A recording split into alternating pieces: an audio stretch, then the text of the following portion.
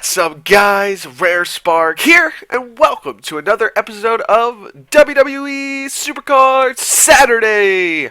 That's right, it is Supercard Saturday today, and we are going ahead and jumping into this RTG. We are currently up to the Ric Flair card. We have 3 bouts saved up, about to have 4, so we'll go through those in this video today because I didn't really get any new cards since yesterday. Hold on, my cat wants to get out of the room. Sorry about that, my cat. She was in my room. She wanted to get out. But anyways, so we're up to the Ric Flair card, and the Fusion Chamber has about 1 hour left on it. So I believe that's only Super Rare Fusion. Let me check. Yeah, it's up to Super Rare Fusion, so we're not anywhere near close to the Survivor one. But yesterday's video, I talked about how you guys saw I pulled another Daniel Bryan, which made a pro. But I've decided I'm not going to make a pro out of it, and the reason behind that is we are about, let me see, 1, 2, 3, 3 cards away. Well, actually, technically 2 cards away from taking him out of the deck anyways. Because this is going to be replaced by Kane, and then these two are the only ones that need to be replaced after that. So, if we replaced, let's just say we got the second Daniel Bryan, he would replace Dean Ambrose. Just pretend Dean Ambrose isn't here and it's another Daniel Bryan for a moment. But, so as you can see, there'd be another Daniel Bryan here. Once we replace Sting with a new WrestleMania Pro or whatever card I get, then it would only be one more Daniel Bryan card. And in my opinion, making the Pro is not really worth it. It's not going to last me that long. It'll probably last me about another week or two, I would guess, at most. So, when you're that close to not needing the card, you kind of want to really, my thought process is the WrestleMania Fusions are going to be coming out soon. You're going to be needing Survivor Fusion cards to make these.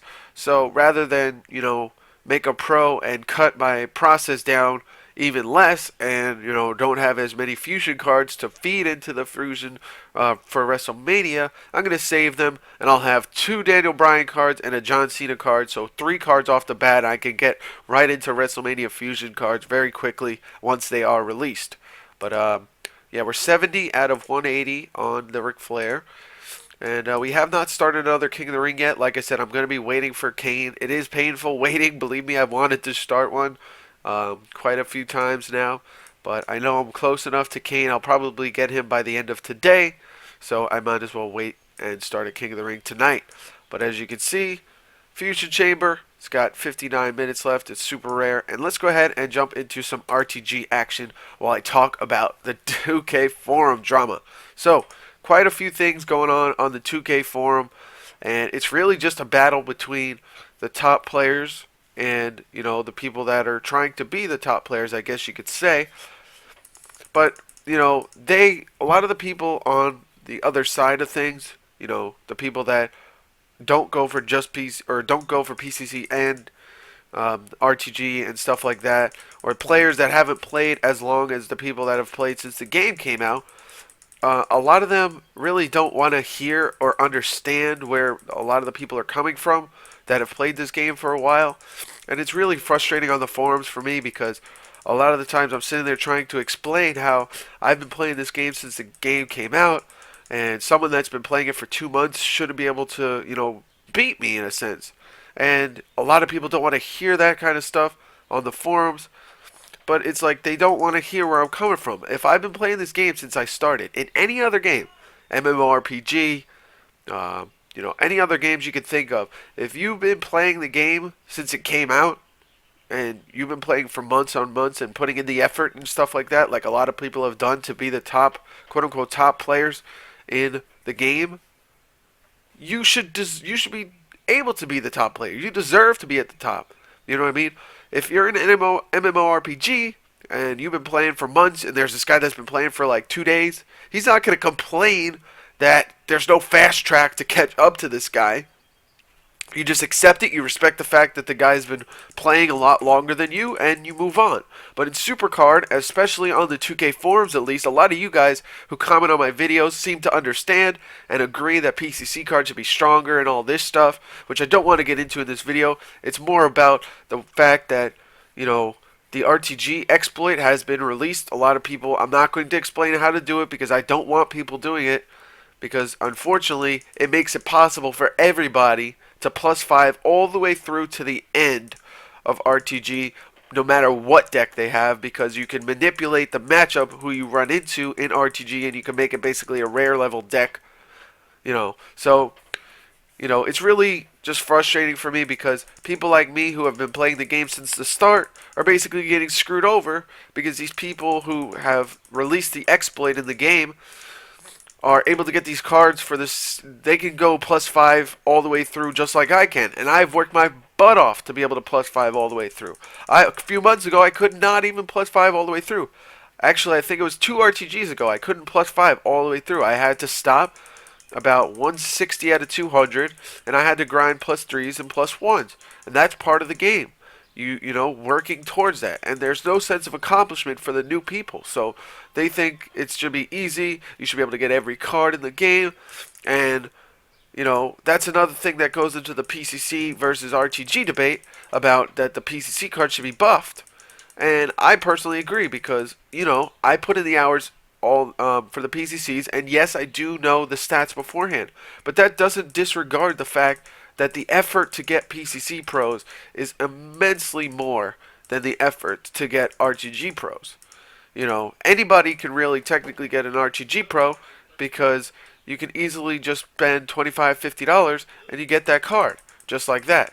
So it's really frustrating, and I personally believe that the PCC. I don't know. I don't know. I really have a hard time explaining my words truly, but the fact of the matter is, no matter how you look at it, the effort to get a PCC card is a lot more than it is to get an RTG card. And because of that, that's why I feel like the RTG cards should be buffed. I mean, the PCC cards should be buffed. And look, I'm not one of those guys that are like, yo, they should be stronger than the fusion cards, man. I understand the fusion cards are in the game to balance it out or whatever. It doesn't really balance out the game personally, but I have no issue with the fusion cards. They're there. They're not going to change. That's how it's going to work. They're going to be the strongest cards in the game once they come out. But the PCC cards should have a difference with, in the way. The difference that I'm looking for is the difference between Fusion Nikki Bella, which I have right here on the screen as you can see, and RTG Nikki Bella. The difference in those cards is perfect for the difference in PCC compared to RTG cards.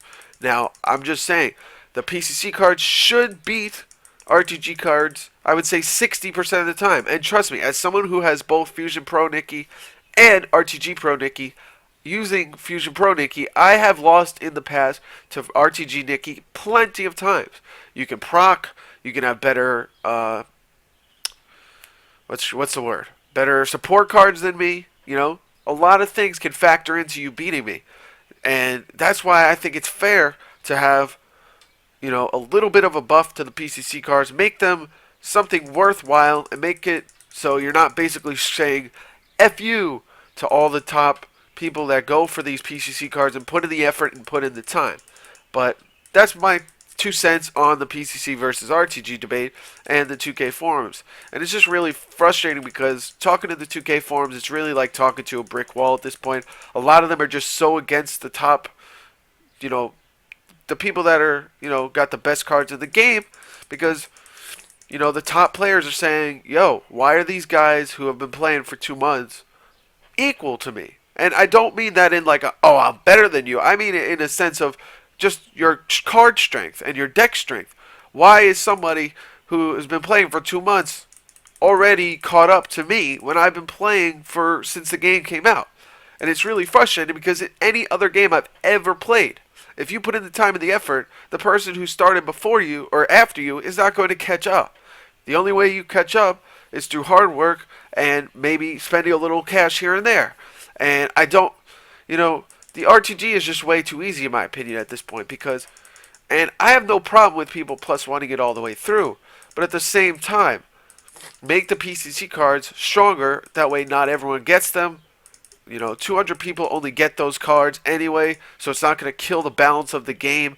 I mean, hell, I never see any of them in King of the Rings. So I'm the only one that usually has them, and unfortunately right now, the majority of PCC cards actually lose to RTG cards, so they're not even balanced like people try to claim that they are. A lot of people that only play RTG try to say, oh, they're balanced. Yes, their stats are pretty much equal. But at the same time, the way Cat Daddy has set it up is they beat most PCC cards 3 out of the 4 stats. So it's extremely frustrating, and you lose a lot of the time if you try to use PCC cards in King of the Ring. So it ends up being a bunch of coin flips with the RTG cards once again, even for the players that play PCC. The only card worth a damn right now is the Brock Lesnar, because he's actually 50-50 shot. Most of them actually lose, majority, like I said. Randy Orton loses to Seth in 3 categories. So it's really not a viable option to use in singles matches. I believe he also loses in 3 categories to Brett. He might be 50-50 with Brett, but I'm pretty sure after procs are considered and multiple stats are added up, I think Brett actually beats him majority of the time. So Randy Orton is essentially called useless. And now with the Kane card coming out, it makes him even more useless because he is not the highest toughness in the game like we thought he was going to be when we went for that card. And that really, there's no argument against that because a lot of people will say, well, you knew the stats beforehand. Yes, but guess what? We didn't know a week later or less than a week later this Kane card was going to come out and completely blow Orton out of the water. He's going to have 4,730 toughness. I believe I've seen it. I could double check, but I'm pretty sure it's 4,730 toughness, which beats Randy Orton by, I believe, 12. Yeah, 12 points, which is tremendous in WrestleMania tier. So it's just extremely frustrating, and I just needed to vent it out in a video because I know a lot of you guys aren't biased like the 2K forum, and you guys usually, when I talk about this stuff, I've read the comments, and you guys generally agree with that. You feel like the PCC cards take way more effort, and you can see why somebody who does PCC would want at least a slight buff. And so that's what I feel, but I just wanted to get that out there, get it off my chest, and see what you guys think about the situation. Do you guys agree with us? Even if you're not a PCC competition competitor, I guess you could say, do you feel like, the card should be buffed? Are you really worried? A lot of the people on the forums are really worried that they're gonna, if they buff the PCC cards, it's gonna unbalance the game, and they're gonna lose to them all the time. And that's really not the reality of the fact. The fact of the matter is, my Fusion Pro Nikki lost to many of times to a RTG Nikki based off of whether it be support cards or procking. So, you really. People are blowing it way out of proportion, in my opinion. The factor of, the buff. And I really don't believe that it would really impact the game tremendously. And like I said, you really don't see too many PCC cards in King of the Ring anyways. You'll see maybe one guy has it every 2 or 3 King of the Rings, 4 or 5 King of the Rings. You don't know. But the point is, you'll only have one guy. So you just have to make it to the finals with him. And then guess what? You secured yourself a WrestleMania card anyways. So that's just my 2 cents. I'm done talking about that. Let's go ahead and talk about this RTG. So far, so good in this RTG. I believe I'm going to be able to +5 my way through this one. I did it for the last one, so hopefully it remains to be true through this one. I've heard this one is actually easier. And we are up to 100 points on Ric Flair. So we're 80 points away from getting WrestleMania Ric Flair.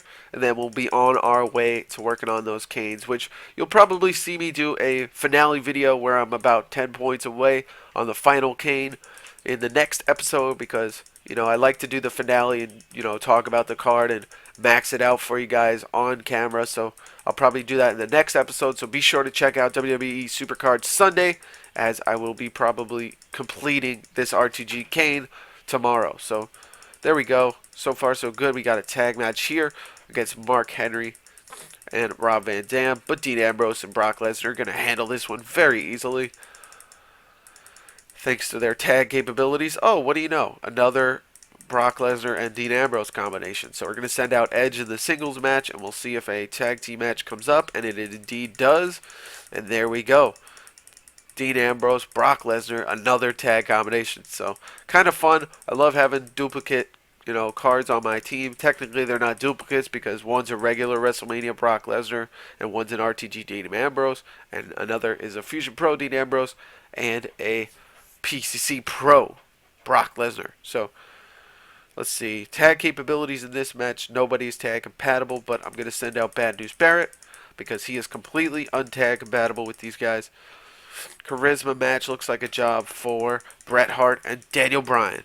And so far, so good because this guy seems to only have WrestleMania cards and Survivor Pro. So I'm not really expecting to run into any trouble for the most part in this Ric Flair because it's pretty even, pretty easy, I should say, for a deck of my caliber. Wow, a Jack Swagger. There we go. We just ran into a Jack Swagger, but we beat him thanks to my support cards. So tag match, Charisma looks like a job for The Rock and Randy Orton. Hopefully it'll be enough, and it looks like it will because he sent out a WrestleMania card. So there we go. We get another nice victory, and we'll send out Daniel Bryan here in a speed match. So this will just about do it for this episode of WWE Supercard. I apologize for all the ranting I did, but I just needed to get off my chest because, like I said, I feel like I come off better explaining it rather than trying to type it out because a lot of people don't really read what I say on the 2K forums. They just pick out little bits and pieces and just fight me about it. So anyways, we're almost done with this Ric Flair, and I will be completing it pretty soon. So don't worry, tomorrow in the next episode, I will be completing the RTG Kane. So thank you guys for watching, and I'll see you guys later. Rare Spark.